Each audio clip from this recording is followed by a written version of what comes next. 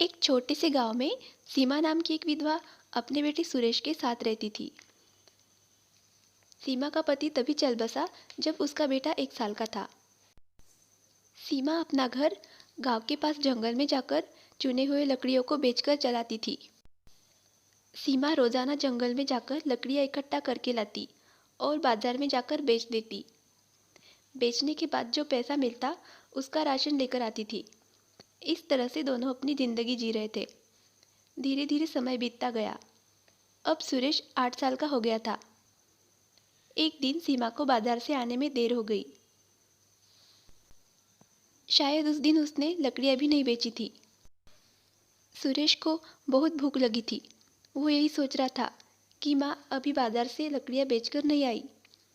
बहुत देर इंतजार के बाद माँ आई।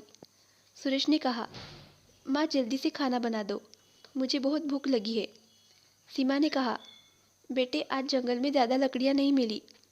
जो मिली उसको बेचने के बाद मैं साहूकार के पुराने पैसे चुकता करके आई हूँ। आज कुछ भी खाने को नहीं है। इतना कहकर उसकी माँ रोने लगी। सुरेश बड़ा ही समझदार और ईमानदार लड़का था।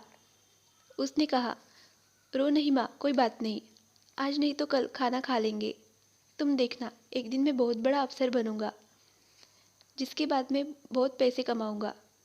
हमारा एक बड़ा घर होगा, तब हमें खाने में कोई परेशानी नहीं होगी। फिर हम पेट भर खाना खाएंगे। इसके बाद वो दोनों सो गए। सुबह उठे तो उन्होंने देखा कि जोरों से बारिश हो रही है। बारिश रुकने का नाम नहीं ले रही थी। सीमा ने कहा, अब मैं लकड़ियाँ कैसे चुनने जाऊंगी? बारिश की वजह से सूखी लकड़ियाँ नहीं मिलेगी। सूखी लकड़ियाँ ही बाजार में बिकती है। सुरेश ने कहा, तुम परेशान नहीं हो माँ, हम जंगल के दूसरे छोर तक लकड़ियाँ चुनने जाएंगे। जब बारिश थोड़ी रुकी तो सीमा और सुरेश जंगल में गए।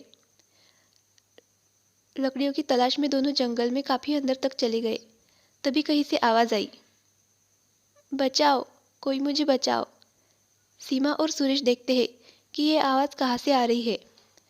तभी पास में एक गड्ढे में एक बुढ़िया चिल्ला रही थी, मेरा पैर फिसल कर मैं इस गड्ढे में गिर गई, मुझे यहाँ से निकालो। सुरेश उस बुढ़िया को गड्ढे से बाहर निकालता है और उसे सुरक्षित उसकी झोपड़ी में पहुंचा देता है। दादी, आप ठीक तो है? हाँ बेटा, तूने मेरी बहुत मदद की। बोल, तुझे क्या चाहिए? सुरेश कहता है, मुझे कुछ भी नहीं चाहिए। तभी बूढ़ी औरत उसे एक चूल्हा देते हुए कहती है, ये लो, ये एक जादुई चूल्हा है। इससे तुम्हें कभी भी खाने की कमी नहीं होगी। इस पे जो भी पकवान बनेगा वो कभी कम नहीं होगा। जादुई चूल्हे को लेकर सीमा और सुरेश घर पहुंचे। दोनों बहुत खुश थे। रोजाना वो दोनों नए नए पकवान बनाकर खाने लगे। सीमा ने लकड़ियाँ चुनने का काम छोड़ दिया था। धीरे धीरे समय बीतता गया और सुरेश काफ़ी बड़ा हो गया। सुरेश को घर बैठे खाना मिल जाता था, इसलिए उसने अभी तक कोई काम धंधे के बारे में सोचा भी नहीं था। वो बिल्कुल निष्क्रिय हो गया था। इस बात की चिंता उसकी माँ सीमा को होने लगी। एक दिन सीमा ने अपने बेटे से कहा, बेटे, कब तक हम दोनों जादुई चूल्हे के भरोसे बैठे रहेंगे? क्यों नहीं तू शहर जाकर नौकरी देखता? कब तक तू यूँ बैठा रहेगा? जादुई चूल्हा सिर्फ खाना दे सकता है। सुरेश अपनी माँ की बात सुनकर मुंह टेढ़ा कर लेता है और कहता है, माँ, जादुई चूल्हे से घर बैठे हमें खाने को मिल रहा है। जादुई चूल्हे की वजह से हम रोज़ अच्छे अच्छे पकवान खाते हैं और तू कहती है मैं शहर कमाने चला जाऊँ। माँ, जब घर बैठे खाना मिल ही रहा है तो मैं कहीं नौकरी क्यों करूँ? सुरेश की बात सुनकर उसकी माँ कुछ नहीं कहती। वो सुनकर सोने चली जाती है। एक दिन जादुई चूल्हा घर से ही गायब हो जाता है। सीमा और सुरेश दोनों सन्न रह जाते हैं। सुरेश जादुई चूल्हा बहुत ढूंढता है पर उसे कहीं नहीं मिलता। सुरेश कहता है, मुझे पता है माँ, जादुई चूल्हा कौन चुरा सकता है। हो न हो, ये हमारे पड़ोसियों का काम है। उन्होंने ही हमारा चूल्हा चुराया है।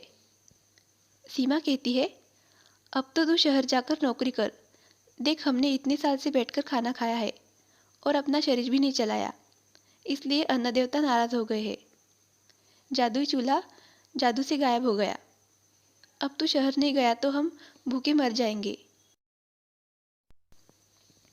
सुरेश घर पर आसानी से मिल रहे खाना और आराम को ही अपनी दुनिया समझ चुका था, परंतु जादुई चूल्हा खोने के बाद सुरेश समझ चुका था, अब मुझे शहर नौकरी करने जाना पड़ेगा। सुरेश अगले दिन ही शहर चला गया। सीमा भी यही चाहती थी। सुरेश 5 साल बाद शहर से कमाकर अपने गांव आया। सुरेश और उसकी माँ का रहन सहन बदल चुका था। जब से सुरेश शहर गया तभी से उसने अच्छा पैसा कमाया और अच्छा घर लिया। वो अमीर बन चुका था। घर पर आते ही सुरेश को किचन में जादुई चूल्हा दिखा।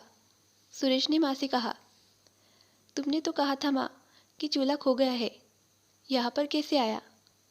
सीमा ने कहा, बेटे वो तो तुझे शहर भेजने के लिए मैंने जादुई चूल्हे को छुपा दिया था, तभी तो तू शहर गया और इतना बड़ा आदमी बना।